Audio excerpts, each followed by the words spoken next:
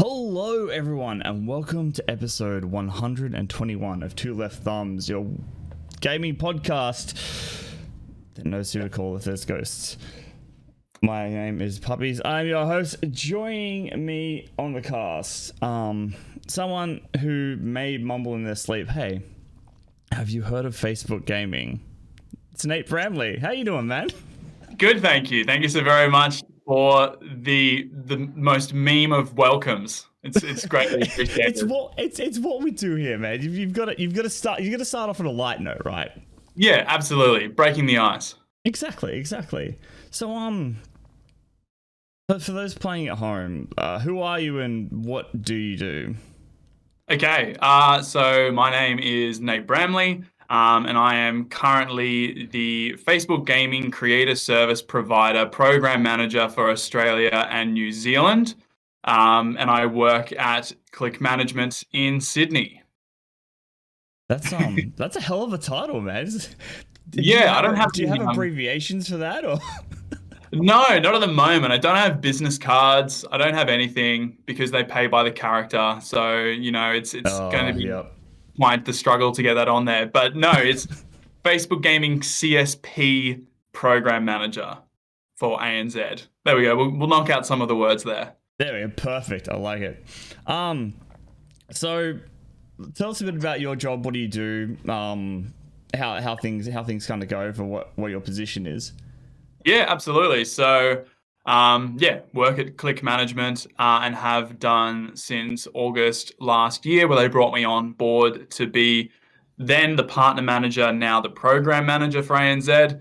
And basically, we work for Facebook Gaming almost as an external contractor to help them manage the program in Australia and New Zealand. So, basically, my job comes down to all sorts of things when it comes to managing the program, but it's essentially working with a number of the Facebook gaming creators that we have in ANZ and ensuring that they are happy and healthy and able to do what it is that they want to do, pretty much.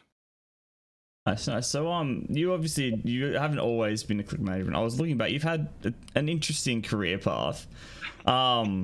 Yeah. So you before previous to this, you were with Xbox ANZ. So I've done some presenting for them. I was invited over to E3 in LA for Xbox ANZ, where I was presenting for them across all of their social media, and they liked me enough that they asked me to present for the Gears 5 launch that took place down in Melbourne, which is really cool. It was one of, I think, 5 or 6 shows in the world, and they were kind of jumping one from another as the night progressed, pretty much. That would have been hella cool, man. That would have been fun. It was definitely a change from what E3 was, because E3 was kind of like, okay, cool, sweet, we're at this place, these are the points, hit the points, record. If you don't, we'll do it again. Whereas the Gears 5 was a live event. So running around manically in front of the camera, trying not to trip over, because it was like making our way through crowds of people and stuff like that with the earpiece, people shouting in your ear. So it was a bit more technical, but I enjoyed it. It was a lot of fun. Yeah, I've always watched those live shows. I don't know how. I mean, it's interesting because you've got so much kind of going on. Like you guys said, you've got the earpiece, you've got the crowds to deal with, you've got camera position and all that kind of stuff. So I just don't know. I don't know. It can definitely be a lot to handle. But I think that's one of the things that we were working with. Xbox were working with ESL, and they were managing the broadcast and stuff like that. And they've done like probably thousands of broadcasts by now. So they were incredibly professional, and I definitely had some nerves at the beginning, but they talk you down from them, which is really cool. Oh, that's awesome. Yeah, I think nerves are a big thing, especially live shows. Like it's really like a big presentation. It's like, I mean, this is about as the best I can do with the podcast, and I'm like, this is fine. I tried public speaking a few times. I'm just like, no, I can't even do YouTube, man. Like pre-recorded, I like sit down, like right, I read this thing, and then I just like start fucking it all up. I'm like, it's after 3 takes, like, nah, I'm not doing it. Yeah, I think it's something that you learn very, very quickly, because I've done a number of like different presenting things, but then also I used to be a high school science and math teacher for 4 years. So you learn to talk in front of a group of people, and I will say that prepubescent teens are probably the most brutal of critics. I can imagine. Particularly when you're doing maths on a Friday last period. It can, guess what? They don't want to be there. And yeah, you learn very, very quickly about like presenting yourself, and the nerves very quickly disappear. How did you go from teaching to this? Because I mean, it is kind of similar. Like it has some like same kind of commonalities, but it's a pretty big change. So what happened? Oh, not what happened there, but what was the thinking behind it? Yeah, what happened? So I was actually going to be a doctor originally. So I was studying occupational therapy, and then I moved into biomedical science at university in Queensland. But while I was doing that, I worked at EB Games. A number of EB Games on the Sunshine Coast in Queensland, and so I've always been part of like the gaming space for as long as I can remember, actually. And it was something that I always did on the side. So I was, going to Oz Comic Con, Supernova, EB Expo, and then eventually PAX once they started doing them in Australia. But I've always had that kind of passion for gaming. Even while at university. So I did my biomedical science degree, and I then did my teaching degree and was doing teaching. But even while teaching, I was creating content, both like written and video for Geek Bomb when I was a lot younger back in the day. Like working with Maud Garrett and a number of people there, which was really, really cool, really insightful. And was an interesting foot in the door sort of thing to learn a lot about kind of the back end content creation side of things, because I was doing it for myself, just recording videos on like a really poor performing laptop that I got for like $400 from Catch of the Day when I was a uni student. So that's how I started. The old uni budget, man. They're I lived on that for quite a while. Yeah, man, I love pasta for every meal, as well as toast. But pasta, toast, and meager ranks, man. That's all you get. That's it. Yeah, the meals of champions. But while I was doing all of that, and then I was still doing it even while I was a teacher.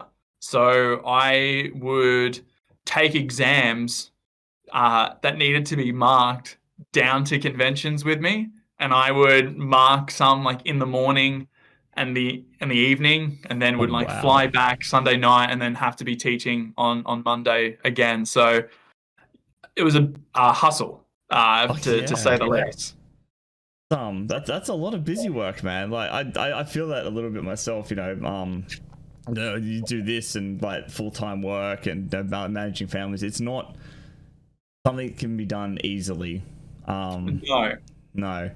But I think like if you need to make time for something, whether it be you pursuing like a dream or a career, and then you've got your family and your personal life and other elements like that, like I'm doing teaching to pay the bills and to be able to allow me to follow my dream sort of thing. I think you make time for that, and you very quickly get rid of the excuse of, I don't have enough time. I don't have time to do that sort of thing. Because if it was something that was important to you, I think you'd make the time. Yeah, definitely. It's so you said you've always had a passion for gaming. Yes. Where did it start? Let's go back to little Nate. Little Nate. Where did everything kick off for you with video games? Video games kicked off with the Nintendo Entertainment System with Super Mario Bros. And Duck Hunt cartridges. Duck Hunt. Oh man, yes. And the red gun. Yep. That's where I started in like 1995. I think it was it was my dad's console or he had gotten it from someone. And yeah, I used to just play it all the time, and that's where gaming started. Yeah, I had a cousin that I used to visit every now once in a while, and they had the Duck Hunt cartridges with the big gun. It was the first time like I had played games before, on like just like basic computer games and stuff. And Yeah. but like the Duck Hunt thing just totally blew my mind, because like when Yeah. I point this at the TV and I push the button and then something happens on the screen. And Madness. like it's magic. I was like, my little 10-year-old brain's like, what the hell? Yeah. Yeah, it's definitely like, I don't know how it impacted my development, but yeah, it was definitely something that was bewildering, and it was really, really cool to see. And I've been hooked on gaming ever since. Yeah. So what did you play a lot of growing up aside from the SNES?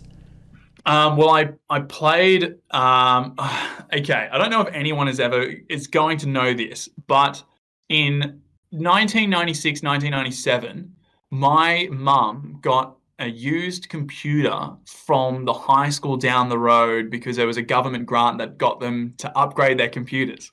So we got a really cheap like secondhand computer, and there was a game on there where you were like a Nighthawk, like the army like stealth plane. You were flying through Egypt, and there were like tanks on the ground and like secret passages through the pyramids and through like sphinxes and stuff like that, and you had to destroy these enemies. I have no idea what it was, but I used to play the hell of that on PC like in the mid 90s. I don't know if it was Was something. it Nighthawk F117A stealth fighter? I have no idea. I just did a quick Google. I'm like, because I haven't heard of that. Oh, it seems like a very like thick polygon sort of like game. I think the tanks on the ground were actually 2D images.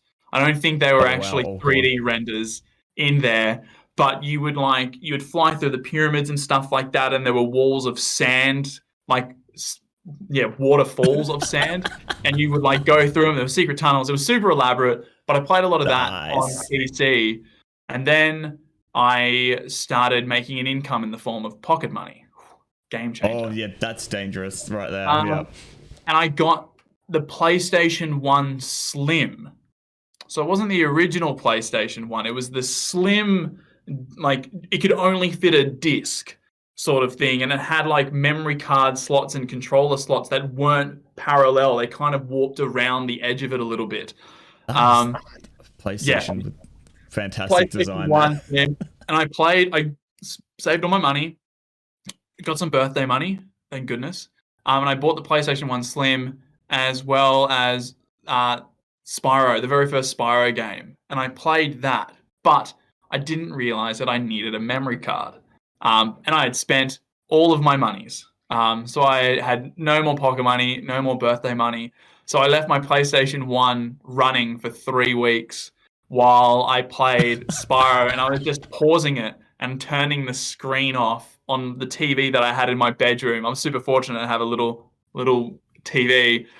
But then I got home one day and my mum was like, "Oh, you left your PlayStation on," and she had turned it off.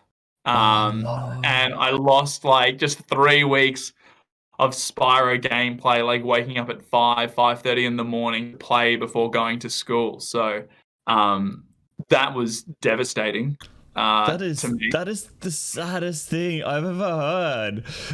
And then I saved up my What? money. I got a memory card, and then I started again. So How did your mum understand, like after you'd explained it to her, like did she really understand what had kind of happened, or no, she didn't. Unfortunately, I still think my mum to this day. She's super proud of me and everything I've done. I love my mum. She's been incredibly supportive of what it is that I do or what I've chased. But I still think that she would not understand that I can't pause an online game. I kind of think that like, come on, pause the game. I need help doing this sort of thing. It's like it's online. Like I can't pause it. Unfortunately, I'm playing with other people. I think that she would there'd be a bit of a disconnect mentally on what that actually means. But no, she didn't understand it at the time, nor did she understand when my sister on my uh, dark blue Game Boy Advance SP system when I was playing Pokemon Ruby did her or my sister understand the gravity of my sister restarting my game. I gave it to her to trial to have a play sort of thing. She got bored and saved it and overwrote my other one, and I had almost completed my Pokedex in Ruby. So that was equally as devastating. How have you continued to play games? Seriously, like Yeah, after that, I'd be like, no, I am done. Never again. I'm a sucker for punishment. I never cried so much in my life. Then at that point in time, I'm 31, and that was still the most I've ever cried. I'm trying not to cry hearing these stories, dude. I mean, holy shit! Like, I would just like, I'd be done. I'd be done with gaming. I would have left my family. I was like, I'm gonna go live in the hills and just remember the Pokedex that I almost had complete. Almost had, yeah. Well, I wasn't a bright kid when I was growing up, so I didn't read into the science too much, and I continued to pursue gaming. So, should have read the science. You should have given up, and you would have just been a teacher, I guess, and not done any of this cool shit, right? Yeah, starting fires and having to evacuate the science buildings, that would have been a thing. You know what? That would have been okay though. Like if that was the alternate path, maybe personally, yeah, I'd be alright with that, Yeah, I think the students were pretty happy with it as well, because it takes a while to get them back into class, and it's pretty much the class is written off by that point. So, yeah. Yeah. So, did you set many fires? I've started a few evacuations. Yes. So there were with 2 experiments. One of them is, of course, sodium in water. Because it is highly reactive, because it has 1 electron in its outer shell, which makes it so that when it mixes with water, it throws that electron and it becomes super explosive. The issue was that if it's normally stored in oil, because it's super reactive to any moisture in the air, it can just start sparking and fizzing and turning into fire. But it sometimes gets a bit gunky on the outside. Cut a little bit of a slither off, chucked it in the water. Was not as impressive as what I wanted it to be. So I cut off an even bigger chunk. But for whatever reason, I hadn't processed that I've just cut off the grimy, scaly bit and exposed this whole brand new, completely fresh surface. So I've exposed it in significantly more reactive side, and I've also increased the surface area of the amount of sodium that I'm putting into the water. So I put it in, and it just went absolutely ballistic, caught on fire, shot off a bit, hit the blast screen, and then went up into the ceiling, and kind of just fizzled a little bit, but it was enough to set off the smoke alarms. So evacuated for that one, which was fun. I'm sure your bosses had some. I'm sure the bosses had some words for you. Yeah, no, my head of department had words with me, which was fine. And the other one was twice in 1 week, doing an experiment where you boil down Coca-Cola to extract the sugar content. Now you have to low simmer, low simmer for a very long period of time, because the tipping point for when it becomes a liquid to just a black gunk it's a knife edge. It's very easy to get onto that other side. So if you do it too quickly, it just plumes of smoke bellow from the pan, and did that twice in 1 week. So slow learner. So all the heartache from gaming and setting things on fire, slow learner. Both elements. I feel you on that. I used to, because I'm a chef, I used to do a fair bit of sugar work, and you're get it down, and if you miss that mark, it's well, there it goes. Sugar doesn't care, right? No, Sugar it just does not does care. not give a shit. It's like, you're gonna leave me on for 1.2 seconds extra? Nah, we're done. Bye. Yeah. Cool. I'm done. I'm no longer sugar. I'm black tar. Yeah. Small amount of moisture in the air that shouldn't be there. Yeah, I'm just not gonna set and go to shit and turn. Yeah, it's man. It Fuck happens. sugar. Very fickle. Very fickle and temperamental. Yeah, it's absolute nightmare to work with. It's the reason I don't do any more sugar work. I did it once. I was like, I'll teach myself. It'll be fine. Do some Quicker sugar learner than I blowing. am. Yeah. Well, I mean, I did it for 6 months before I gave up. I put this like sugar globe on the menu, so like you blow it like you do glass, like a little. Oh, and yeah. you, like, shape it, and absolute nightmare to work with, because if you didn't get the temperature spot on and then you didn't let it cool to the right temperature fast enough, or you did it too quickly, it wasn't flexible enough and it wouldn't bend the way you wanted it to, because you want like a real thin kind of like almost like a soap bubble kind of look to it. Yeah. And there was and then if there was like it was too humid one day, they'd all go soft. And it's like, after like doing them for an hour, he's like, oh boy. But Yeah. it Back looks to the cool drawing when he board. got it to work. Yeah, no, absolutely. I can imagine. Just getting it to work is the hard bit, though. Yeah, exactly. You just need a temperature controlled room and be able to annihilate all possibilities of going wrong, but it never happened. But that's what it is. I never could quite get the boss to go, hey, look, I need a humidity controlled room just for this one dessert. They weren't really about that. Yeah. That's like a bit of an investment. Yeah, a little bit. Yeah, just fair. Fine. That's fair. So you seem like you're an incredibly busy dude. I doubt. Yes. Yes. Do you get time to play often? Yeah, I do actually. I try and multitask as much as I can, and try and allow myself some downtime to play some Vidaya games when I get the chance to. So yeah, most evenings before bed I get in an hour or two sort of thing after like making dinner and cleaning up. So yeah, It's finding time's always the worst part, right? Because like you get home and you're like, I could play, or I could sleep. Yeah. And then you play till like 3 a.m, and you're just like, what is wrong with me? What am I doing to myself?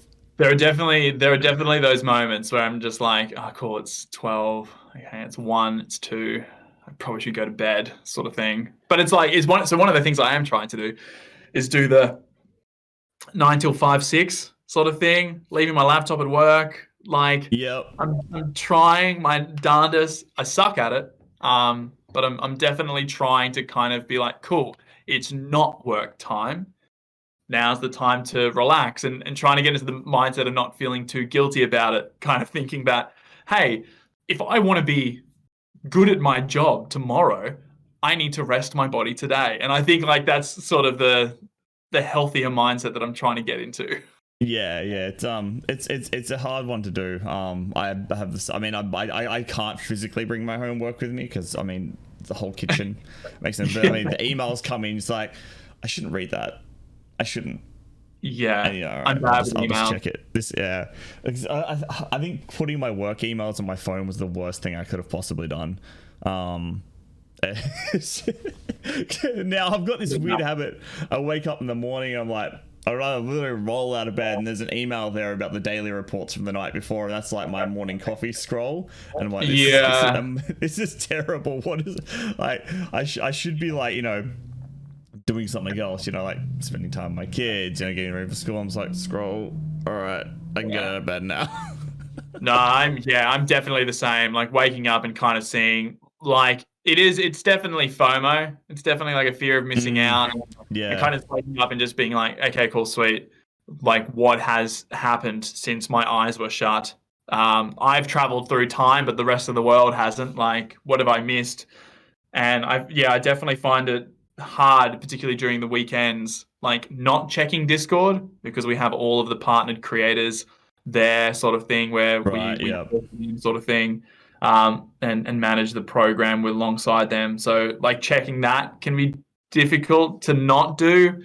Emails are kind of a bit more chilled because I know that there are the people on the receiving side of things aren't going to be reading it over the weekend. Well, most of them aren't going to be anyway. Yeah. So I can kind of be like, I could respond like right now, but also I don't have to because it's not going to be read until later on. So I'll catch this on Monday. It'll be fine. yeah, there's no urgency behind it. Now, especially with your job kind of leaning, especially more into like social media as well. I can imagine there's a lot more pressure on that too. Because I mean, even if you just get on Twitter and then just like having a scroll, like, oh, that reminds me of this thing I need to go check. Yeah, no, it is because we are at Click Management, we are a talent management agency that was put together by like gamers for gamers sort of thing. So like one of the directors is Muselk, and we represent people like Tanner, Mr. Fresh Asian, Laserbeam. So we manage a lot of them sort of thing. So when scrolling through Twitter and you kind of see some of the cool things that like brands are doing or what other content creators are doing sort of thing, or even when it comes down to headhunting new talent. Constantly you can scroll through Twitter for like 5-10 minutes and have a to-do list of about like 5 to 10 things. So yeah, being just on social media, I don't post as much as what I used to. I'm not photo ready. Unfortunately, but I've spent my entire life not being photo ready, man. There's darkness here for a reason. yeah. Trying to get rid of them crow's feet and stuff like that. Yeah, we get it behind the glare of the glasses. I don't even need these. It's just to hide the eyes. Yeah, I know. I'm wearing contact lenses at the moment. I normally wear my glasses because they hide the worst features of my body. Just a few little lines around the eyes. That's about it. Exactly. Yeah. It's the best way to go. I mean, if I could get away with like wearing sunnies, maybe I should make it like a whole brand thing. I just constantly wear sunnies and I'm set. I don't have to like. I don't even have to be looking at the screen. I can just like look away and just like have my head there and just like looking at something of the distance. No. It'll be. I think that might be a move for me, possibly. You need those photoreactive ones that darken when exposed to sunlight. Oh yes. So like they fade in and out of like how much light they are allowing through sort of thing. So in the instances like right now when you've got a light on you sort of thing, like they would be a little bit darker to protect your eyes and to hide puffiness. My eyes. Yeah, exactly. You get it. I think my mum has them. She's like, I don't like wearing them because they make me feel old. No, you're always wearing sunnies. You're like the hippest person. Yeah, right. Yeah, even totally inside. It's good. It's good. Sunglasses inside, sunnies at night. Only the coolest people wear sunnies at night. Exactly. You know what? I had this conversation last episode with somebody as well. We were talking about glasses. Yeah. Norm Rhodes. We were chatting about the glasses again, and he had some Gunners, and he's like, I need some different ones that'll that don't make everything yellow. Yeah. You'll slowly get worried. You start thinking that you've got jaundice and your liver's failing. Everything's looking a little bit yellow, a bit tingy if you forget that you're wearing your glasses. Yeah. Just like they have clear ones now, right? The blue light filters. Yes. So there's a lot of speculation around blue light filters and how effective they actually are. But I fell for the con and I got them on there because just in case. I don't know if they're effective. But, I've got them. I've got it on there, so. Well, if your KD starts going to hell, it's like, no, it's these glasses. They've got the blue light on them. It's totally ruining me. Yeah. Sun's in my eyes. There's lag, Someone uploaded a selfie. Yeah, it's really messing with my internet connection. My mum's using dial-up for 3 blocks away. Yeah, exactly. I'm taking a toll, Oh, my God. It's one of the burns that I've kind of adopted from online gameplay. I had we were playing against some people in Halo 3 and someone was just lagging out like really, really badly. And someone across comms was like, can you tell your mum to stop sending a fax on the dial-up, please? And I just thought that was great. Just can you stop sending a fax, please, for the love of God? And there's just like a guy in Halo just running around like all jittery and stuff. I just thought it was funny. So I've kind of like, yeah, I use that now all the time. I think it's the greatest. Oh, that is absolutely perfect. I love Stop it. sending up facts on dial-up. Facts and dial up. You I, mortal. I didn't play much online when I was Oh, younger. I played too much Really? online. Yeah. Yeah, I played a lot of like I think up until like Call of Duty Black Ops. Yeah. I think it might have been. I didn't really get onto the Alliance stuff, and that was also I think when the Assassin's Creed multiplayer came out, and that's kind of where I started with multiplayer, which was an interesting jumping off point, I guess. Yeah. But it was really It's cool. interesting to kind of, starting off with Assassin's Creed multiplayer is a unique, I guess, element because it's definitely not an FPS. No, it was I'd played like land before and like couch co-op and all that kind of stuff, but yeah. Like, I didn't really delve into the online world because I was like, no, this internet thing is weird, I don't trust it. It was too big and scary and unknown, so I just left it. That's fair. Yeah, and then I started working with people that were playing online. They convinced me to get Black Ops. I'm fine, we'll play some shooters. And then like I was a big Assassin's Creed fan, and then the multiplayer came out for Brotherhood, and I was hooked. I was laggy as hell because I was probably the only person in Australia playing. Yeah. Like you go to do a kill move on someone, and then they just teleport to the other side of the map. You're like, yeah. The internet strikes again. Thanks. Yes, that fax is taking a while. Yeah, halfway through that A4 image. So where did you start with multiplayer games, like online stuff? Multiplayer games started with LANs. So Halo 1 LANing was probably where I started, like going over to mates and getting the broken controller because you were the guest. And having to play, having to like running, like we were actually more frequently doing when it was like before Xbox Live, we were doing like legendary run throughs of the campaign and stuff like that was how we were playing most of the time. But then got the Halo 2 Xbox that came with Halo 2. And a tennis game called Top Spin. Top Spin! I remember that game. That was so good. Yeah, so I think I put in maybe like 5 hours into Top Spin, but I also had Halo 2, and I was like, I'm going to Halo 2. It's tennis or aliens. He's like, aliens were going to win in that one. So and then like Halo 2 becoming, of course, Halo 3.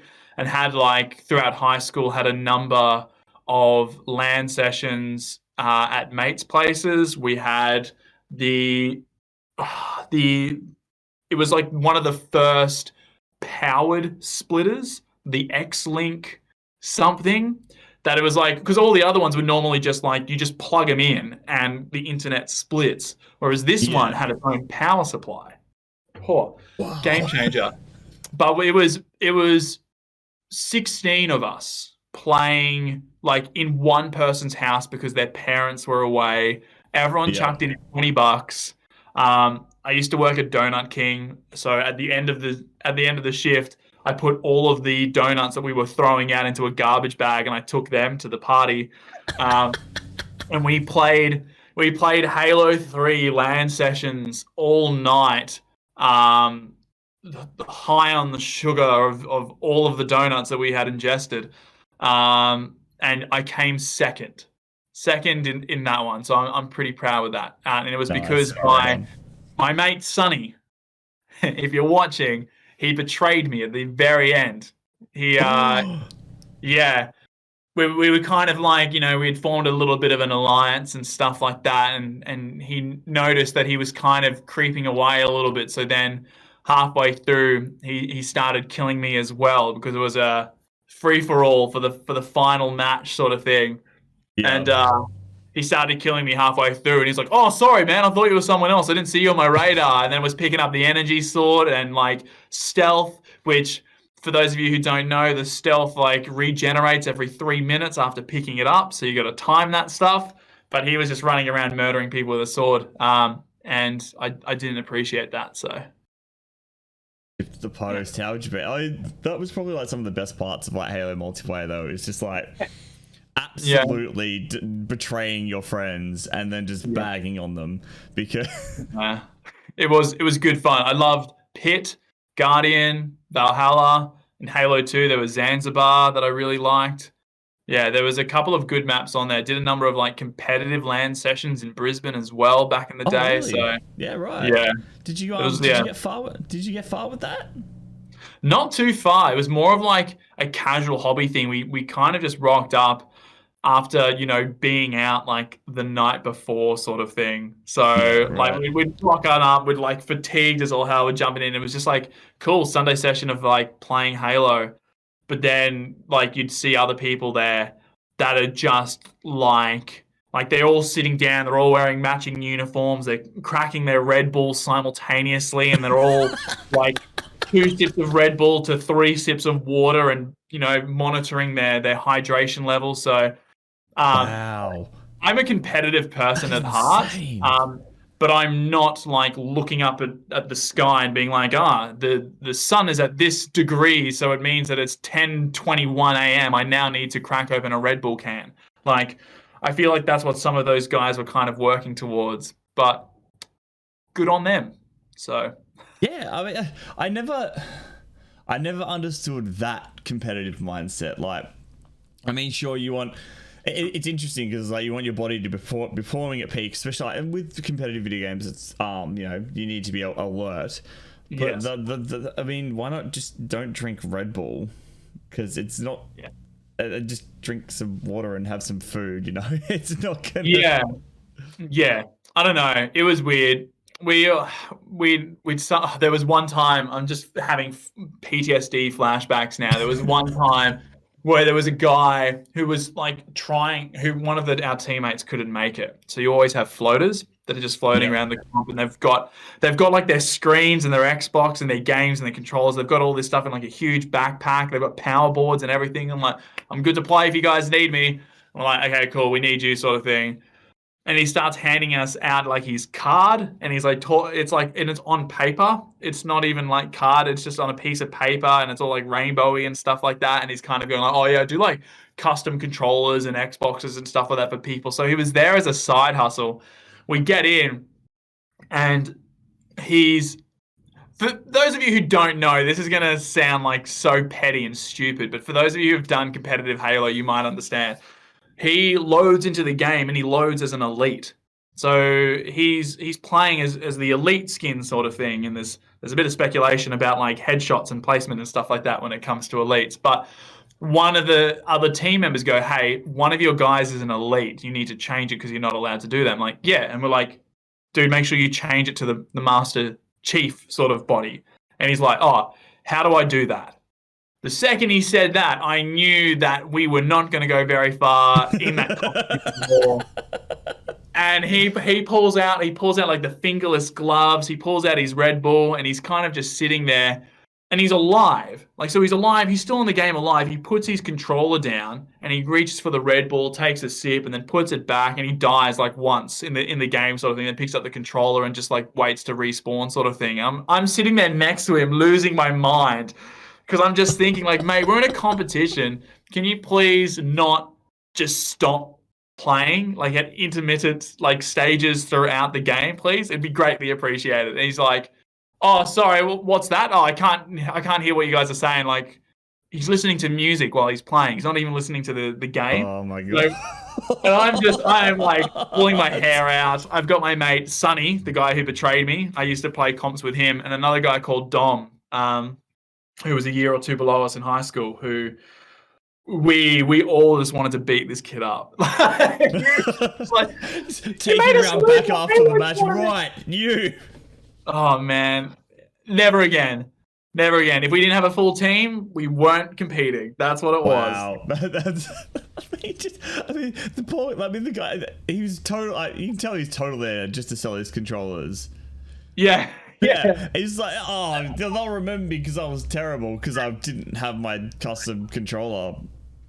Yeah, exactly. Yeah, he's like, oh, look, this is the controllers that I make. And I'm like, man, that's okay, I guess. It's not great. Yeah. Do you want to buy this? No, I don't. Thank you, though. Thank you for the offer. I'm good, it's let's pass on that. Can you tell you what, I'll buy you one if you can play. Oh my god. I'm so stressed just thinking about this. I'm getting so like just antsy. Just antsy just thinking about BKs. Oh, so BKs are bad kids. It's what you used to just like throw away to people when they were like just not doing well. You're like, oh, you're such a BK. Yeah. BK. And it sounds like it's something worse, but it's just an abbreviation of bad kid. Yeah, it's not terrible. It's just one of those quick throwaway insults. Like, there's always those abbreviations, especially with gaming. It's either you have a very short time because of the way that the voice comms work in the game, or if you're typing it, you don't want to be like typing, "Oh my god, get good kid. What the hell are you doing?" You don't want to write a paragraph. I mean, although I've seen some lobbies where paragraphs happen, it's like, what is like? Oh mate, save it for your dream journal. We haven't got time for that sort of stuff. I still get made fun of to this day, actually, because in Halo, I call them SMIGs, SMGs. Yep. So when people were dual wielding like SMGs in like close quarter games, I'd be like, dual wielding SMIGs, be careful, sort of thing, like over the comms. Everyone thinks I'm an absolute idiot for calling them SMIGs. But when I was with the guys that I was playing with in the comp in Brisbane, that's what we used to call them because it's easier than saying SMGs. Yeah, it's quicker. It's just a SMIG. Yeah. Mate running with a SMIG, be careful, sort of thing. Like, yeah, so that's a thing that I get bullied for to this day. That's rude. Guys, for those who are out there bullying Nate about saying SMIGs, go away. Keep it up. Stop listening. Go away. Leave the man alone. He just wants to play with his SMIGs. Yeah, I'll tell my mum. Yeah, he will. And she'll be very, very upset. Yeah, she's brutal. Yeah? Yeah, she's a loving, caring, savage woman. They're the best kind of mums, though, really. Yeah, my mum and my sister are both nurses. Growing up with a nurse, my mum had a saying, I don't want to hear about it unless there's blood or deformity, was my mother's saying. And here I am today. Yeah. I have a very similar approach with my kids. I'm like, is there blood? No. Can everyone walk? Yes. Is the bone including the skin? No. Well, you're fine then. Walk it off. You just walk it off. You'll be right. There's no bruising yet. We'll deal with that tomorrow. Speaking of injuries, there's just happens to be an ambulance going past. Yeah, perfect timing. Perfect. Exactly, right? It's like I planned this or something. Really adds to the story. Yeah, exactly. When you say that, it's almost like I planned this. Did you hurt someone next door or something that's resulted in an ambulance being called? Is that what's happened? I can neither confirm nor deny that. It's a bit of a trap for my neighbor, and it seems like they've just sprung it and called an ambulance. Well, look, there were chainsaws around earlier, so I was really hoping that would be in the background as well. My guys, just ignore the chainsaws. It's nothing. Yeah, it's a sound effect. Sound effect, exactly. It's just people committing murder on trees. Exactly. Yeah. Not him. Not people. It's fine. There are no people dying in the background. I promise. Just over there. Yeah. Just move that. Yeah. Everybody there. Thank you. Thank you very much. So. Yes. Would you like to talk about some game deals? Yeah. Sure. Yeah. So. Whatever I've got here, just pitch in if you know anything. I'm always happy to be interrupted. Saves me talking more, so. Too easy. Perfect. Yep. Over on PlayStation 5, PlayStation 5s don't exist. What are we talking about? So PlayStation Plus this week, we have your freebies, which are Stranded Deep and Battlefield 5. Both pretty solid titles. Over on the PlayStation 5 this week, your freebie is Wreckfest, which is weird because I think it's an older game. They've only had the new PlayStation 5 ones on their freebies, so I don't know. But it's there for you got a couple of weeks to get these here. So they're good to grab while you can. Over on the PlayStation Network's deals, we have Little Nightmares 2 for $32. Have you played? No, I've seen other people play. I suck at scary games. Yep. I am the absolute worst at it. One of the videos that I used to do is play scary games at midnight. And I had to like record my phone and record like in the bottom of the computer to make sure, and I had to show outside that like, yes, it's the middle of the night. And I had to play like scary games and see how long I could go for. And never again. Never again. What was your longest session? How far did you normally get in? I think I played like Outlast for maybe an hour, and I couldn't, man. I'm Really? such a wuss when it comes to those sorts of things. It's when I was like 7 or 8, I came home from school once and my dad was watching something on TV. Yeah. And he just started a movie. Blinds were drawn, the whole kit caboodle, really setting the atmosphere. Sat down and watched the entire thing. It was definitely not for children who were 7 or 8 years old. I watched the entirety of it, just like in absolute silence. And I turned to my dad and I go, "What was that?" And my dad, just being a bit of a stirrer, goes, "Oh, that was the truth. That was based on a true story." And I had just sat down and watched the Blair Witch Project at the age of 7, 8. Oh, wow. Yeah, that would traumatize you. And my dad was like, "That was real. That happened." And I'm just like, "Oh, okay. Yeah. I'm never sleeping again. This is fine." Can't do scary. Will not play scary games. I don't know. Maybe for a charity stream or something like that, I'll do it again. But I can't. I'm like clenching thinking about it at the moment. I went the opposite way. I accidentally watched The Leprechaun when I was a kid. And that movie is fucked up. I don't even know how I managed to watch it. I was just like up late one night and I just put the TV on and that was it. And that's the only thing that's ever scared me. And like horror games now, I played Outlast a while back and I got bored. I was like, this is dull. Yeah. I can't. Definitely didn't get bored for me. I was in constant state of fight or flight. Constant state. Oh, that is perfect. Over on Xbox this week, our Game Pass pick of the week, which is a new arrival to the service, is Destroy All Humans.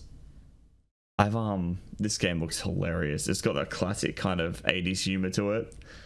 It definitely is. It's a lot of fun. Yeah, you've played it, have you? Yeah, I've played a little bit of it. I didn't have the time to explore the whole thing, but it's just silly. It's just silly, but it's still like mechanically, it's a good game. I don't think anyone really plays it too much for the story, but it's just a lot of fun. A lot of fun just picking up cows and throwing them around and stuff. Yeah, it's that reminds me of Just Cause. It's like attaching the rocket launchers to the cows, and then you can try and like surf on the cows across the sky. Yeah. It was the best stuff. Yeah, I've seen a few Just Cause fail videos, and especially the Just Cause 2 videos in like their online servers and stuff like that, where people are just like messing around and whatnot. Yeah. It gets pretty wild in them. It's a great game to like mess around with physics and stuff. I think I made the Fortnite bus once. I attached balloons to a bus, rockets on the back, and then just like kind of rode it. Just into the sunset. Into the sunset. It was perfect. And ended up putting a clip up later and just put the music in the background, like the party music. It was great. Games with gold this week. So these are your freebies for Xbox. We have Armello, which I know nothing about. I think it's absolutely nothing on it. Dungeons 3, not Dragons 3. That's another game entirely. And Tropico 4. Haven't played any of them. Me neither. I know Tropico 5 got released not long ago. It was pretty good. I think Dungeons 3 is a RTS from memory. Okay. Because, research. It's something I should do. Yeah. Yeah. But no. See, this Just is where thinking you go, about it. oh, that's the game. He said a thing about it, and I'll go research it myself, and that's when they go get the game. That's how they remember to go download the game. It's all That's the psychology, play. you know? Gotcha. That's the play. Yeah. Over on Deals with Gold this week, we have a Far Cry 5 for $20. That's pretty decent. Go and get that. It's down from like 100 too. So Yeah, Far Cry 5 is a good game. oh man, I had so much fun with Far Cry 5. Did you ever find Cheeseburger? No. So in one of the areas, kind of near the start, you could go to this place, and there was a bear called Cheeseburger. Okay. Oh wait, was that the one who's in like the park? Does he become like a companion or something like that? Yeah, he becomes a companion. Yeah. Okay. And I rolled around the entire game with a shotgun and a bear, and it was just the best shit. Jesus. All right. What was that Leonardo DiCaprio movie, Revenant, with the bear? Is that what you were trying? I think that was before that.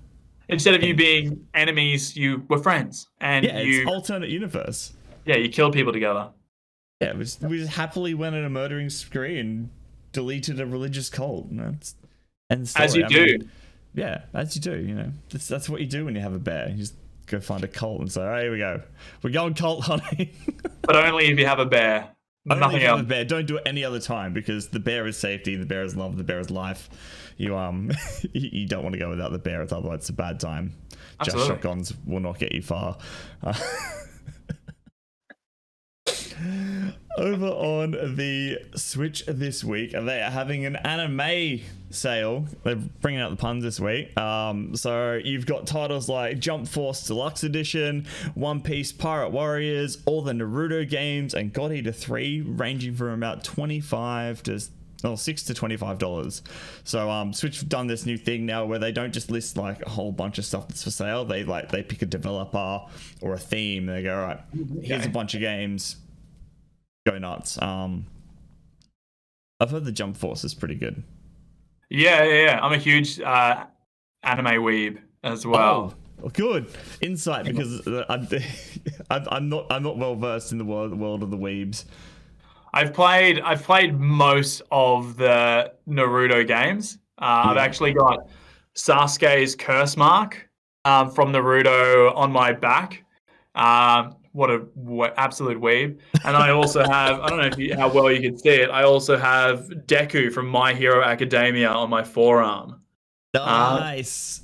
Yeah. So, and I've got another tattoo on my ribs, but technically I'm 67% weeb tattoos. So that stands for something, I'm sure. That's a pretty good weeb tattoo ratio. You know, I mean, it could be 98.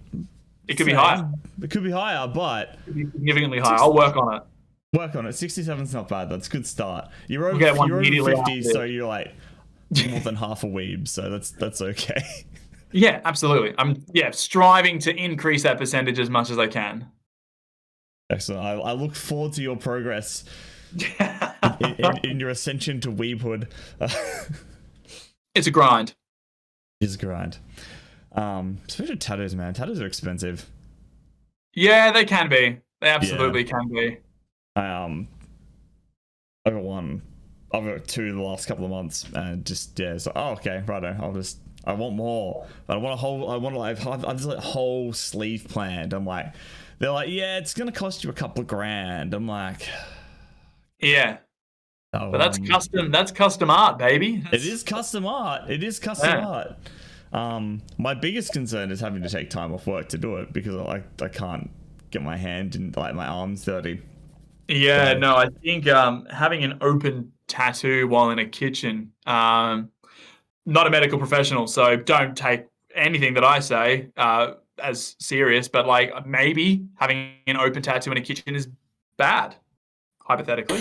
Look, the last one was on my finger, so it's alright. Yeah. I mean, you just bandage it for a couple of days and it's fine. Just don't get your hands. It means I get out of the dishes, right? True. Okay. Guys, fresh wound, can't get my hands wet. Got to keep them dry. Maybe that's the power play then. Maybe. Or I just take holidays. Yeah, I need to let this tattoo heal. Also an option. I've been getting a lot of tattoos recently. Maybe you should stop getting them because you're going through your, annual leave. Nah, Nah. Nah, it's good. Nah, I'm getting more tattoos though. Thanks for your opinion. Once I run out of annual leave, I'll start moving on to sick pay. Slowly hacking through it, sort of thing. Yeah. I gotta use it for something, man. Yeah. No point going away.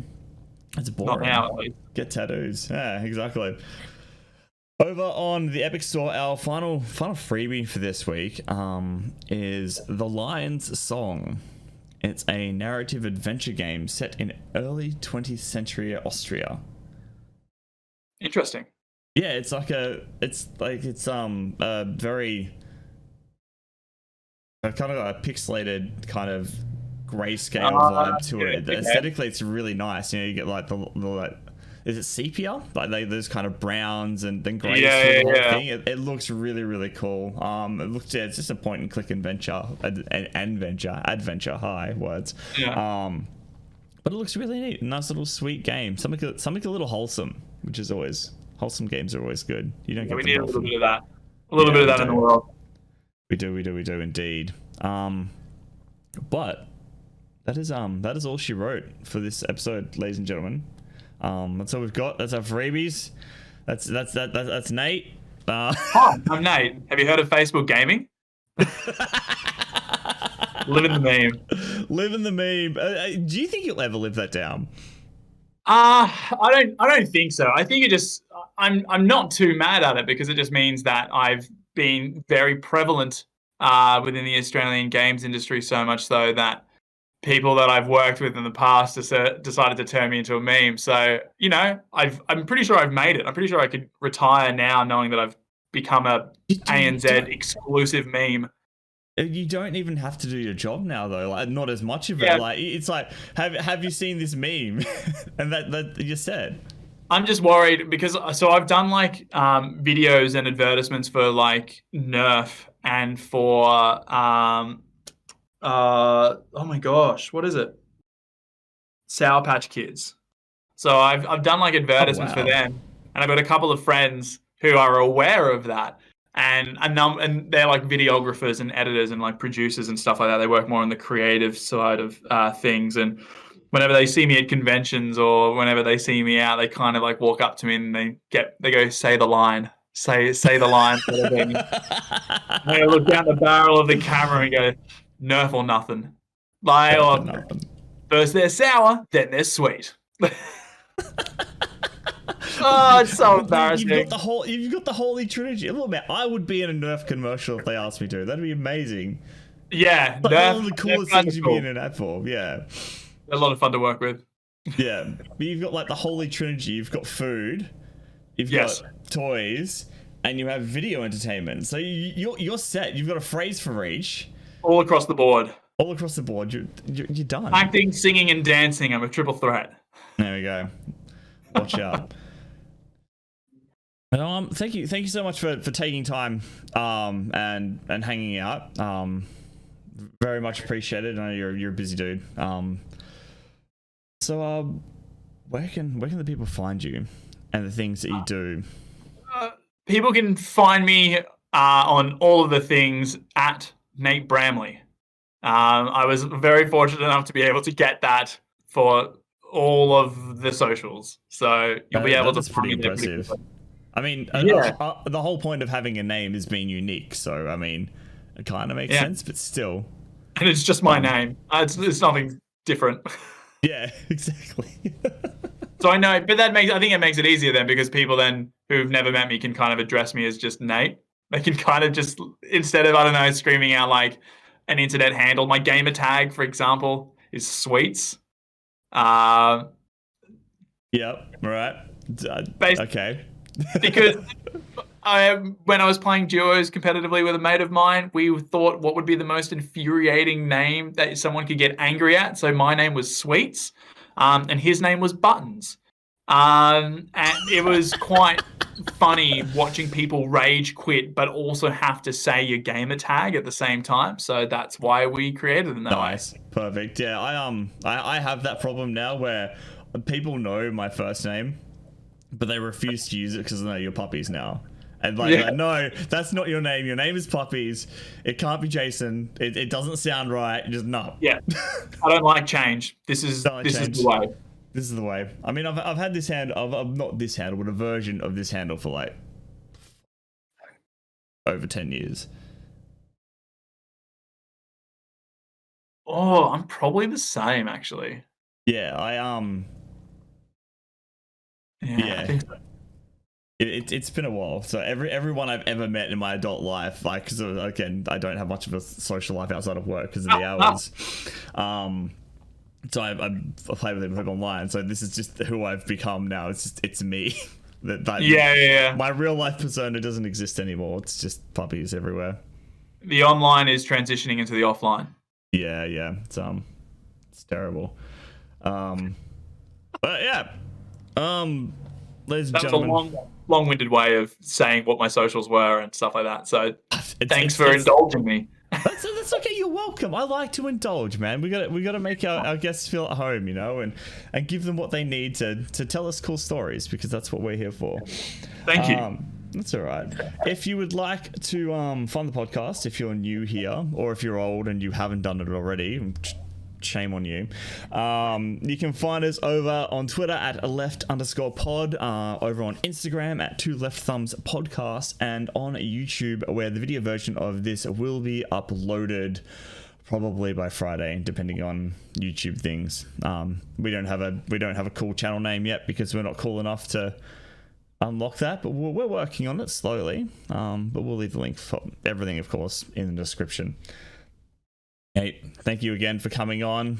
Thank you very much for having me. Ladies and gentlemen, thanks for listening. You all have a fantastic week, and bye.